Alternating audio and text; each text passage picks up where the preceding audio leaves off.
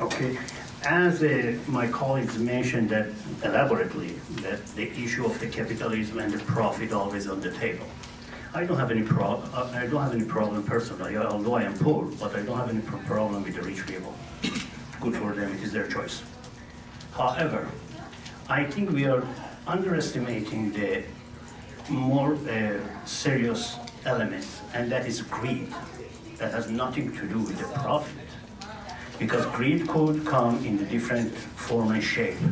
It could be in the form of the self-promoting philosophy. It could be in the form of the party philosophy. The questions I noticed that James sent us mostly focused on the party. And that by itself proves my point.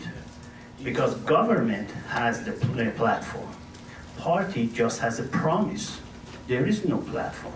In 2003 election in Ontario, Mr. McGuinty, when it came to the power, put in writing and signed it, there is no new taxes. Just 1 month later, they put a health tax.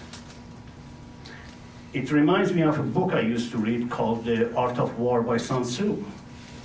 I think government treats public as an enemy rather than as a friend. The first thing Sun Tzu said, find the enemy's weakest point and disable that point. So government comes and poke at your health, and start with your eyes. Your eye vision. A few years back you were young, but you could go to doctor every 2 years and check your eyes exam. Now you don't have that privilege. Why? Because if you become blurry, you don't see what they do.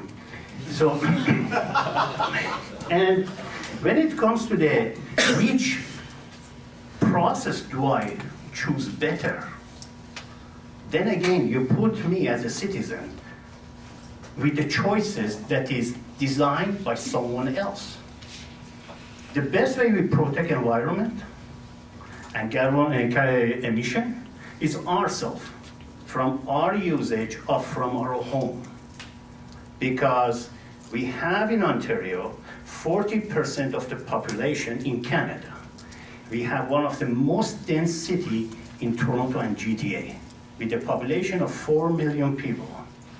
And for every eligible voter in Ontario, we have one vehicle, heavy or light. So that starts from home, not from outside.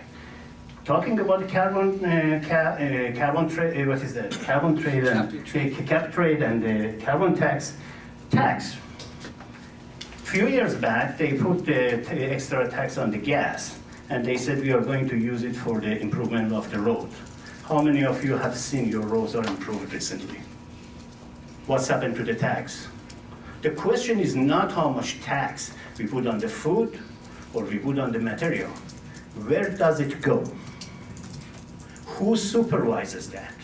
You park your car in the corner of the street, there is 3-4 city officers that they come and enforce that to you.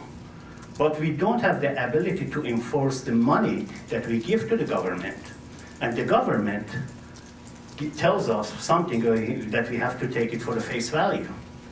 So tax is out of the question. What is the other one? The connection between the environment and cars and car trade. Car trade is very interesting. They want to allocate some money to you to develop an energy to help you that bring that emission down.